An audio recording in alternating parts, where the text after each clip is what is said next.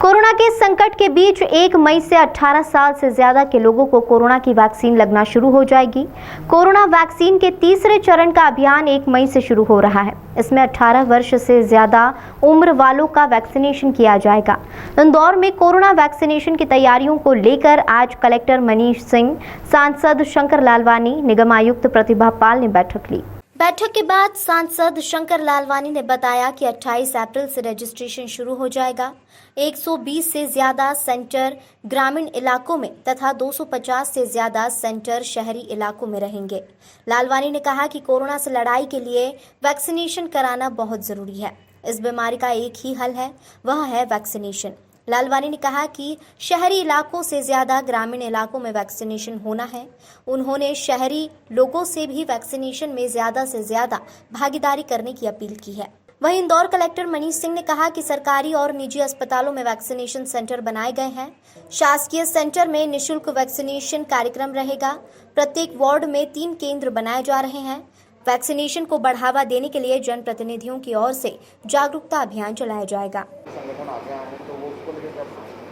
देखिए, Covid care centre जो हम लोगों ने बनाया है राधा स्वामी में, या जो महू में बन रहा है, एक देपालपुर में बन रहा है, सावेर में बन रहा है, गौतमपुरा तरफ भी प्लान हो रहा है, मानपुर में प्लान हो रहा है। कोविड केयर सेंटर हेल्प करता है पॉजिटिव पेशेंट्स को घनी बस्तियों से निकाल के शिफ्ट करने में, ताकि वहाँ जो संक्रमण हो रहा है उस संक्रमण के पेस को कम किया जा सके। किसी मोहल्ले में घनी बस्ती मान लीजिए कि 20 पेशेंट हैं, 20 में से अगर हम लोग 10 को भी निकाल के वहाँ ले आए जिनके घरों में जगह नहीं है, तो वो 10 के आने से वहाँ पर पेस जो है संक्रमण फैलने का वो कम हो जाता है, क्योंकि घनी बस्तियों में लोग घरों के अंदर रहते नहीं हैं, कहीं ना कहीं किसी न किसी स्वरूप में बाहर निकलते हैं और किसी न किसी स्वरूप में उन पॉजिटिव पेशेंट से बाकी लोगों को संक्रमण जाता है। प्रयास वही हम लोग का चल रहा है अभी। इसीलिए एक जगह पे लगभग राधा स्वामी में मेरे ख्याल से आज 250 से 300 पेशेंट्स हमारे हो जाएंगे। उसमें जितने शहर के ऐसे मोहल्ले हैं जो अर्बन पुअर लोकेलिटीज़ हैं, वहाँ के लोगों को वहाँ शिफ्ट किया जा रहा है। ग्रामीण क्षेत्र में जो जहाँ पर है वहाँ इलाज वहाँ नहीं पहुँच सकता, वहाँ से काफ़ी लोग संख्या में आज भी आएंगे, लोग वहाँ शिफ्ट किया जा रहा है। तो वो कोविड केयर सेंटर का उपयोग किया जा रहा है, क्वारंटाइन सेंटर्स का उपयोग नहीं किया जा रहा है, क्योंकि क्वारंटाइन घर में लोगों को अवेयरनेस हो गई है, उन लोगों को दवाई दे रहे हैं। एक ये भी हम लोगों ने किया है कि जो भी हमारे फीवर क्लिनिक में टेस्टिंग पे जा रहा है, 100% लोगों को हम लोग दवाई की किट दे रहे हैं। उनको बोल रहे हैं कि आप इमीडिएटली खाना शुरू कर देंगे, कोरोना मानते हुए कोरोना होगा, उनको खाना शुरू करने का बोला है। किल कोरोना 2 में जो ग्रामीण क्षेत्रों में हम लोग पूरा सर्वे करा रहे हैं, कल से शुरू हो जाएगा, उसकी पूरी तैयारियां हो गई हम लोगों की।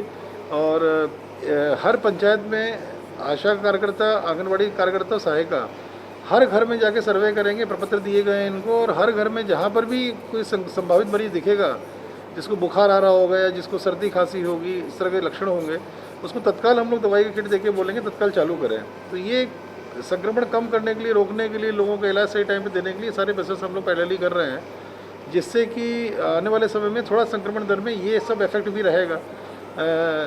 जनता कर्फ्यू के साथ में ये वाली एक्टिविटी भी, plus contract micro containment area भी बना रहे हैं। अभी हम लोगों ने लगभग 37 करीब बनाए थे, उनके 7 दिन पूरे हो गए हैं। अब आज और प्लानिंग चल रही है, आज और कल में हम लोग 40 और नए बनाएंगे, शिफ्ट करेंगे उनको दूसरी जगह पे। तो कंटेनमेंट एरियाज़ भी हम लोग की इस प्लानिंग में आता है, जनता कर्फ्यू इस प्लानिंग में आता है।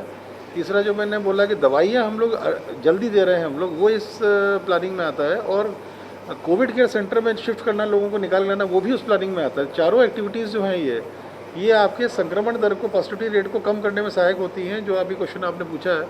और मुझे लगता है कि इसका धीरे धीरे असर आएगा, क्योंकि ये बहुत संक्रामक वायरस है और वायरस अलग तरह का है, ये खतरनाक भी है थोड़ा।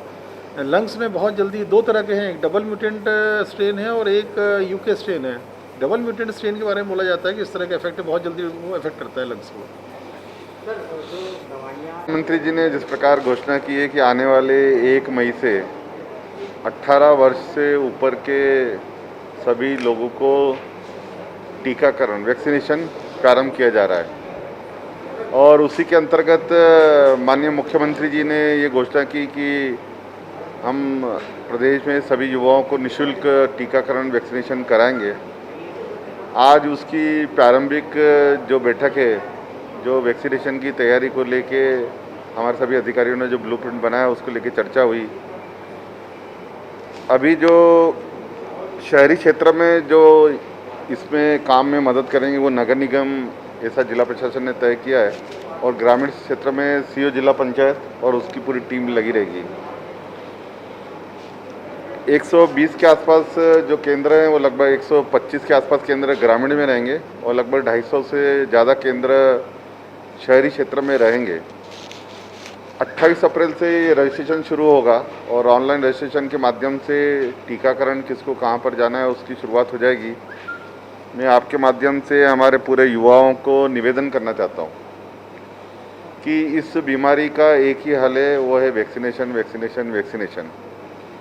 मुझे इस बात का बहुत ताज्जुब हुआ जब हमने आंकड़े देखे कि हमारे ग्रामीण क्षेत्र में लगभग 84% लोगों ने वैक्सीनेशन लगा दिया और उल्टा शहरी क्षेत्र में लगभग 50-52% लोगों ने ही टीकाकरण करा।